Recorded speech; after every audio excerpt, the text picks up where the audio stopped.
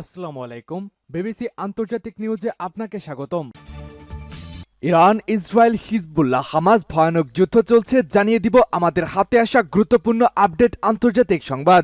সকালবেলাতেই আমেরিকার উপরে ঝাঁপিয়ে পড়ল ইয়েমেনের হুতি বিদ্রোহীরা। তাদের একের পর এক তেলবাহী ট্যাঙ্কারকে ভূমধ্য সাগরের পানিতে ডুবিয়ে দিয়ে যেন এক নজির সৃষ্টি করেছে এই মুসলিম শক্তিশালী গোষ্ঠীটি। হুতিদের মরণপণ তাণ্ডবের কাছে পুরোপুরি ধরা খেয়ে আছে পশ্চিমা বিশ্ব। যে পরিমাণ ক্ষতিসাধন তাদের জন্য হয়েছে তাতে অর্থনৈতিকভাবে ভেঙে পড়েছে ইসরায়েল, আমেরিকা সহ গোটা ইউরোপ। দর্শক, ব্যক্তিগতভাবে এই হুতি যোদ্ধাদের আপনি কতটুকু সমর্থন করেন এবং তাদের কাজবাজ সম্পর্কে আপনার কি মন্তব্য কমেন্ট বক্সে লিখে জানান। থাকছে এ নিয়ে বিশেষ প্রতিবেদন। আরো জানিয়ে দিব, ভেস্তে যেতে পারে ইসরায়েল হিজবুল্লাহ যুদ্ধবিরতি চুক্তি। এদিকে এবার ইরানের বিরুদ্ধে বড় ধরনের নিষেধাজ্ঞা দিয়েছে যুক্তরাষ্ট্র।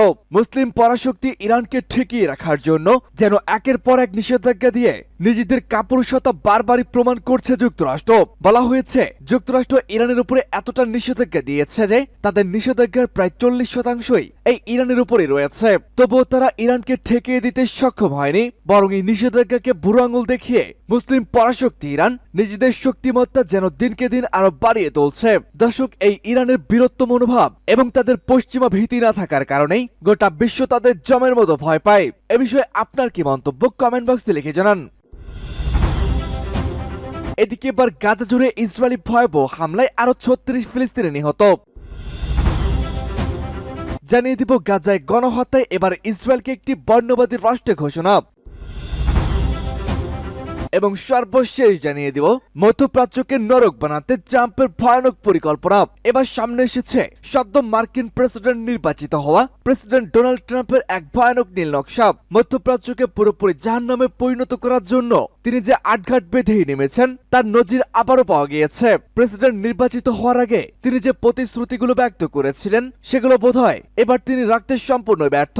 মুসলিমদের কাছে দেওয়া প্রতিশ্রুতিকে তিনি যেন আমলেই নিচ্ছেন না। দর্শক, সংবাদ জুড়ে এই সকল বিষয়গুলো নিয়েই থাকছে আজকের গুরুত্বপূর্ণ আলোচনা। তাই অনুরোধ থাকবে আমাদের ভিডিওটিতে একটি লাইক দিন এবং আপনি যদি চ্যানেলে নতুন হয়ে থাকেন তবে অবশ্যই চ্যানেলটি সাবস্ক্রাইব করে পাশে থাকা বেল আইকনটি বাজিয়ে দিন, যেন আমাদের দেওয়া সকল গুরুত্বপূর্ণ আপডেট আপনি সবার আগে পেতে পারেন। এছাড়াও আপনিও যদি চান ফিলিস্তিন একটি স্বাধীন রাষ্ট্র হিসাবে বিশ্বের বুকে মাথা উঁচু করে দাঁড়াক, তবে কমেন্ট বক্সে মুসলিম বিশ্ব জিন্দাবাদ দেখুন।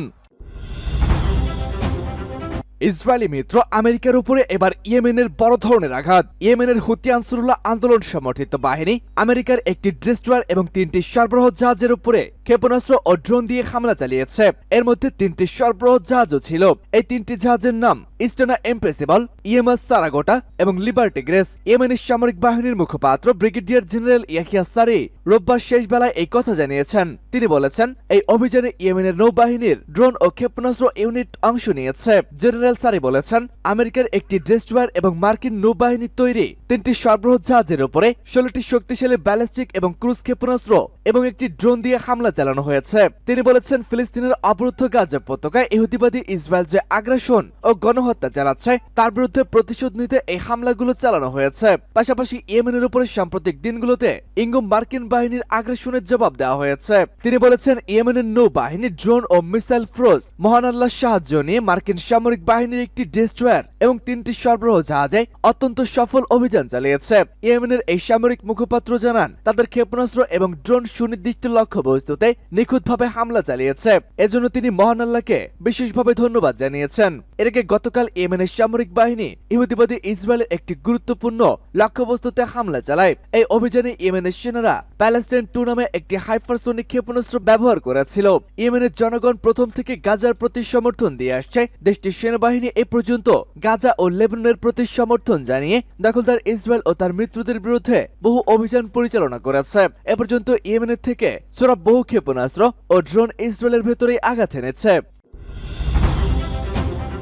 এবারে ভেস্তে যেতে পারে ইসরায়েল হিজবুল্লাহ যুদ্ধবিরতির চুক্তি। যুদ্ধবিরতির চুক্তি স্বাক্ষরের পর এক সপ্তাহ না যেতেই আবারও লেবাননে হামলা চালিয়েছে ইসরায়েল। সোমবার সন্ধ্যায় লেবাননের দক্ষিণাঞ্চলের 2টি গ্রামে চালানো এই হামলায় অন্তত 11 জন নিহত হয়েছেন বলে দেশটির স্বাস্থ্য মন্ত্রণালয়ের বরাতে আল জাজিরা জানিয়েছে। যদিও চুক্তি লঙ্ঘন করে হিজবুল্লাহ প্রথম ইসরায়েলি সেনা চৌকিতে লক্ষ্য করে হামলাটি চালিয়েছে বলে অভিযোগ করেছে ইসরায়েলের প্রতিরক্ষা বাহিনী। ওই হামলার জবাব হিসাবে সশস্ত্র গোষ্ঠীর কিছু অবকাঠামোকে লক্ষ্য করে পাল্টা হামলা চালানো চালানো হয়েছে বলে জানিয়েছিল তারা। যুদ্ধবিরতি চুক্তি কার্যকর রাখতেই এটি করা হয়েছে বলে দাবি করেছে আইডিএফ কর্মকর্তারা। হিজবুল্লাহর পক্ষ থেকে অবশ্য ইসরায়েলের এমন অভিযোগকে অস্বীকার করা হয়েছে। তারা বলেছে আবারও লেবাননের হামলা চালানোর মধ্যেই ইসরায়েল প্রথম যুদ্ধবিরতির চুক্তিকে লঙ্ঘন করেছে। ওই হামলায় যে প্রাণহানি বা ক্ষয়ক্ষতি হয়েছে সেটির জবাবে প্রতিরক্ষামূলক সতর্কতা হিসাবেই ইসরায়েলি একটি সেনা চৌকিকে লক্ষ্য করে মর্টার হামলা চালানো হয়েছে বলে জানিয়েছে হিজবুল্লাহ। এই হামলাকে যুদ্ধবিরতি চুক্তির গুরুতর লঙ্ঘন হিসেবে বর্ণনা করেছে ইসরায়েলের প্রতিরক্ষা বাহিনী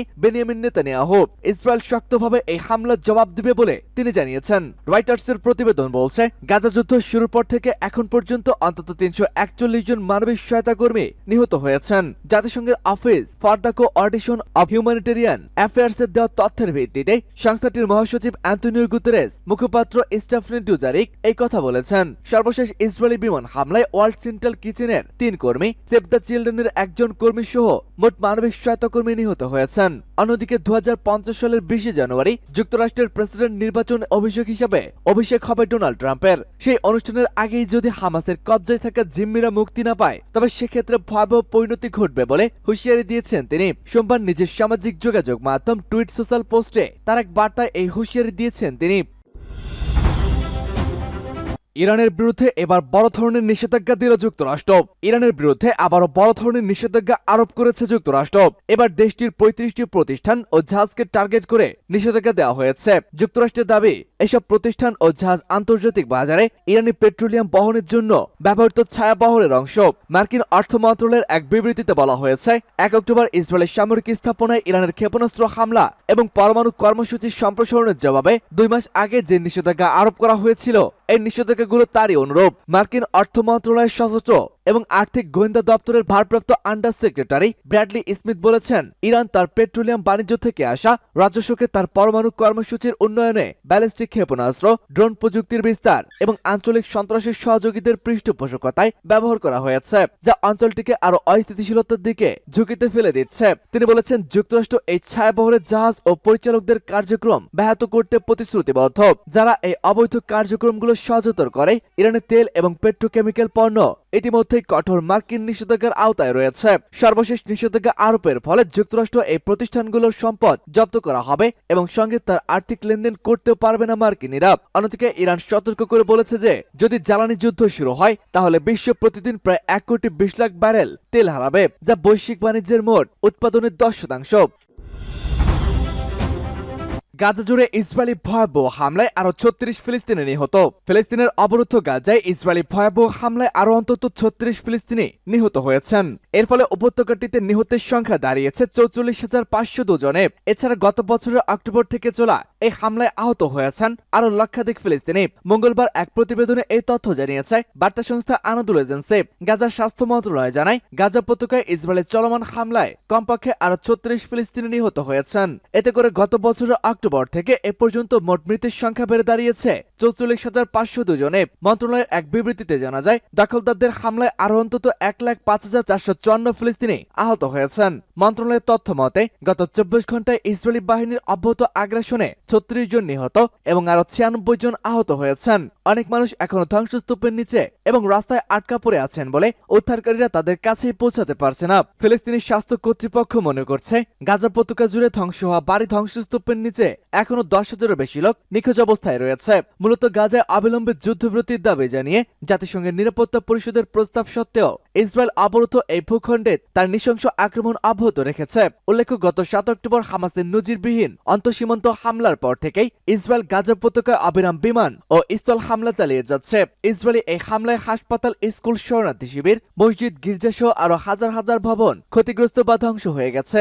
এছাড়া ইসরায়েলি আগ্রাসনের কারণে প্রায় ২০ লাখেরও বেশি বাসিন্দা তাদের বাড়িঘর ছাড়তে বাধ্য হয়েছেন। মূলত ইসরায়েলি আক্রমণ গাজাকে ধ্বংসস্তূপে পরিণত করেছে। জাতিসংঘের মতে ইসরায়েলের বর্বর আক্রমণের কারণে গাজায় প্রায় ৮৫% ফিলিস্তিনি বাস্তুচ্যুত হয়েছেন। আর খাদ্য, বিশুদ্ধ পানি এবং ওষুধের তীব্র সংকটের মধ্যে গাজার সকলেই এখন খাদ্য নিরাপত্তাহীন অবস্থার মধ্যে রয়েছে। এছাড়া অবরুদ্ধ এই ভূখণ্ডের প্রায় ৬০%ই অবকাঠামোগত ক্ষতিগ্রস্ত বা ধ্বংস হয়ে গেছে। ইসরায়েল ইতিমধ্যে আন্তর্জাতিক বিচার আদালতে গণহত্যার অভিযোগে অভিযুক্ত হয়েছেন।